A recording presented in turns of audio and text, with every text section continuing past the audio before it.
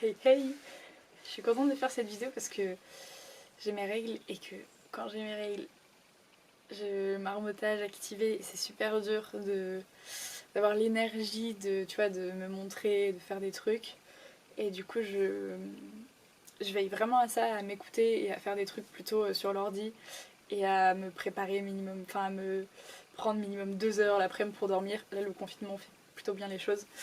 Et ouais, je vais vraiment à ça et j'essaye vraiment d'écouter mes cycles parce que je sais de toute façon que c'est une phase pas très productive où voilà, tout se remet en place et je sais que c'est un grand moment d'introspection et à chaque fois que j'ai plus mes règles, c'est genre création de ouf, je prends à chaque fois des décisions qui me font genre avancer et c'est trop cool.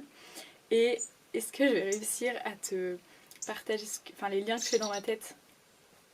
Je vais me centrer pour que oui, pour que ça parte pas trop dans tous les sens.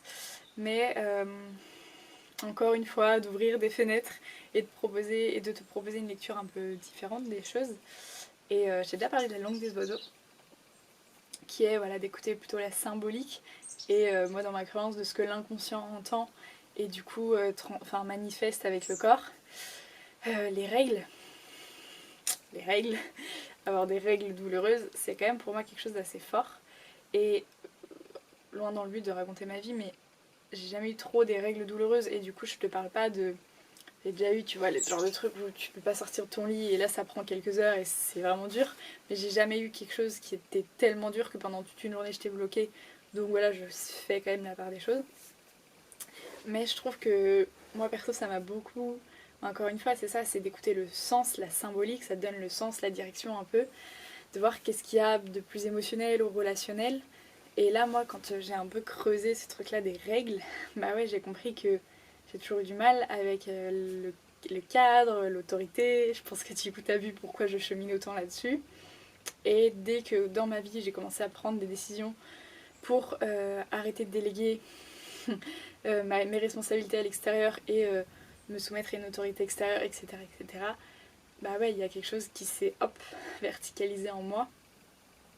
Et je vois que comme de par hasard, mes règles sont bien moins douloureuses et c'est dingue parce que maintenant j'ai plus du tout de règles douloureuses et je m'écoute vraiment pendant cette période et je me pose et je fais presque rien et c'est pour ça que là, tu vois, hier je pouvais pas faire de vidéo, j'étais pas dans l'énergie de créer et d'être dans cette hey hey. Donc ouais, de vraiment veiller à ça. Et en plus, je sais que quand, un peu comme la nature, tu vois, la nature elle a des temps de repos aussi, quand je m'écoute vraiment et que je me repose, pas juste genre ah ouais je fais une mini sieste de 30 minutes puis après j'y retourne parce qu'il faut bosser, je m'écoute pleinement. Bah souvent c'est dans ces moments là qu'au final ça passe plus vite, le temps de repos, et que je le sais, hein, je sais pas si toi t'as remarqué ça, là du coup je m'adresse plutôt aux femmes, euh, après tes règles, moi après mes règles, j'ai une phase de création, un pic de créativité, d'énergie et tout, c'est complètement ouf, et donc je sais qu'il y aura ça après, et après ça tombe toujours.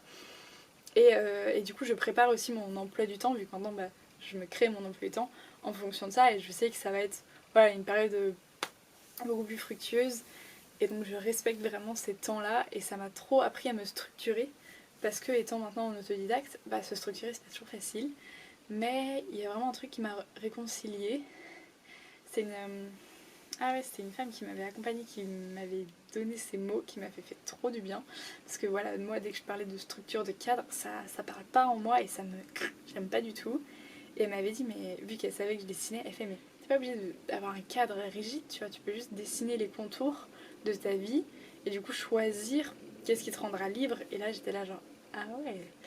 Et donc, comme on est en confinement et que j'imagine, je sais pas ton rythme de vie, mais que tu as un rythme de vie quand même plus souple, dans le sens où tu as moins de déplacements, etc., je te propose, comme d'habitude, j'imagine que tu as peut-être des horaires quand même, je sais pas trop ce que tu fais, mais je te propose de t'écouter et de prendre ces temps pour toi et de voir qu'est-ce qui te fait vibrer.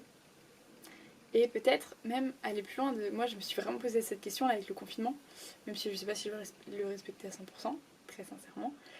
Qu'est-ce que j'attends de ce confinement et de me dire c'est une période géniale d'introspection, de toujours, bah, encore une fois, porter mon regard sur qu'est-ce que ça peut, voilà, comment ça peut être bénéfique.